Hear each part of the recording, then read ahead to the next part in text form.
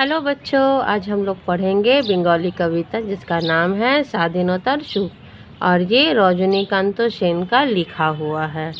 ये कविता है दो चिड़ियों के बारे में, एक जो घर में रहती है और एक जो जंगलों में रहती हैं। ये दोनों चिड़िया का कॉन्वर्सेशन ही एक कविता में छोटा करके यहाँ पे समझाया गया है। ये बंगाली कविता है, इसको हम लोग बंगाली में पढ़ के फिर इसको हिंदी में समझेंगे। उसके बाद हम लोग इसकी चर्चा करेंगे, तो कृपया हमारे साथ बने रहिए। रजनीकांत सेन जो राइटर है, चलिए उनके बारे में थोड़ा हम लोग जान लेते हैं। उसके बाद में हम लोग कविता के बारे में जानेंगे। रजनीकांत सेन, जिन्हें हम कांटा कोबी के नाम से भी जानते हैं, उनका जन्म 26 जुलाई 1865 को और उनकी मृत्यु 13 सितंबर 1910 को हुआ था। और उनका जन्म एक बंगाली परिवार में हुआ था। वो कवि और संगीतकार थे, जिन्हें अपनी भक्ति रचनाओं के साथ साथ अपने देशभक्ति के लिए भी जाना जाता था। इनका जन्म बंगाली परिवार में हुआ है, तो मैंने आपको बताया। और ये भांगबाड़ी बेलकुची यानी सिराजगंज जिला, ब्रिटिश भारत राज्य में इनका जन्म हुआ था। और इनकी आयु सिर्फ 45 यानी कि 45 वर्ष की आयु में इनका निधन हो गया। वो कलकत्ता से थे और बंगाल प्रेसिडेंसी में भी उनका योगदान था। और ये इनकी मृत्यु भी ब्रिटिश भारत के काल में ही हो गया था। ये पेशे से वकील थे, गीतकार थे, संगीतकार थे, गायक थे, काफ़ी कुछ थे। और ये बंगाली भाषिक थे। इनके बारे में हमने काफ़ी कुछ जाना। अब चलिए, अब हम लोग कविता के बारे में आगे जानते हैं। कविता में है, बाबुई पाखी डाकी बोलछे चढ़ाई, कुड़ेर घरे थेके करो शिल्पेर बड़ाई। यहाँ पे बोल रहे हैं कि बाबुई पाखी एक चिड़िया है जो कि इस तरीक़ा का घोंसला बनाता है। इसको हिंदी में क्या कहते हैं हम आपको ये बाद में बताएंगे। ये चिड़िया बोल रहा है कि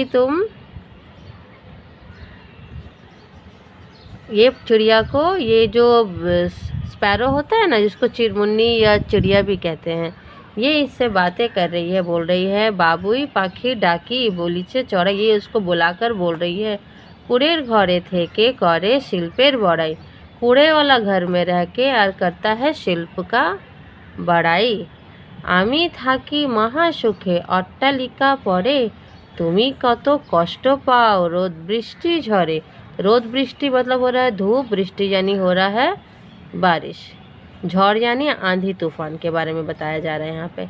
यहाँ पे बोला है, आमी थाकी महासुखे अट्टालिका परे, मैंने मैं रहता हूँ महासुख में। यहाँ पे ईंट पत्थर से बना हुआ जो घर होता है, इसको अट्टालिका कहते हैं। तो मैं रहता हूँ अट्टालिका में, तुम कैसे रहते हो जहाँ पे बारिश को झेलना पड़ता है, धूप झेलना पड़ता है, आंधी तूफान झेलना पड़ता है, क्या तुम्हें कष्ट नहीं होता? तो अब देखिए, ये पैरा तो हमने समझ लिया है। अब हम यहाँ पे नेक्स्ट पैरा में आते हैं, देखते हैं कि ये क्या जवाब दे रहा है। बाबुई हाशिया, यहाँ पे जो ये बाबुई पाखिया वो हंसते हुए कह रहा है। बाबुई पाखिया कहे हाशिया कहे, यानी वो हंसते हुए कह रहा है। सौंधे की ताई, मतलब क्या तुम्हें संदेह है? कष्ट पाई तबु थाकी निजेर बासाय, हमको यदि कष्ट भी हो रहा है तो क्या हो गया, फिर भी तो मैंने अपना बनाया हुआ घर पे मैं रहता हूँ ना। पाका हो तबु भाई परेरो बासा, मतलब यदि ये घर पक्का का है, यदि वो ईंट बालू पत्थर से बना हुआ है तो भी क्या, तो वो तो दूसरे का ही घर कहलाएगा ना। और ये जो हम अपना घर बनाते, ये मेरा खुद का बना हुआ घर है। इसीलिए यहाँ पे ये बोल रहा है, निजेर हाथे गौड़ा मोर काचा घर खासा। यदि मेरा घर यदि कच्चा भी है तो ये मेरा हाथ का खुद का बना हुआ, मैं अपना मर्जी का मालिक हूँ, जैसे चाहो वैसे रहूँ। अब ये मैं कविता यहाँ तक तो मैंने आपको समझा दिया है। अब मैं इसे यहाँ से यहाँ तक मैं आपको पढ़ के समझाती हूँ।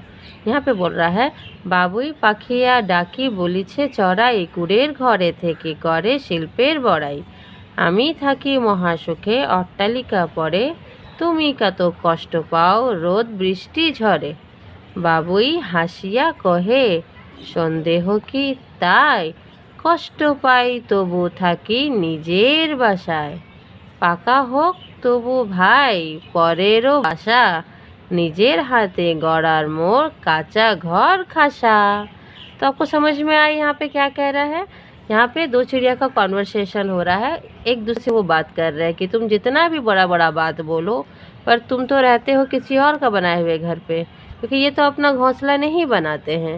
और ये जो बाबुई पाखी है, ये तो अपने से अपना घर को एक एक तिनका जोड़ जोड़ के वो अपना घर बनाता है, और वो अपना घर में ही रहना पसंद करता है। इसीलिए यहाँ पे बोला जा रहा है, यहाँ पे समझाया जा रहा है कि आप अपने जो भी आप कर रहे हो वो खुद कर रहे हो तो ही आपके लिए बेहतर है। यदि किसी के दूसरे का काम को आप यदि अपना बता रहे हैं, ये तो सही नहीं है ना। जो सही है अब वो करो, जो सही है अब वो बनो।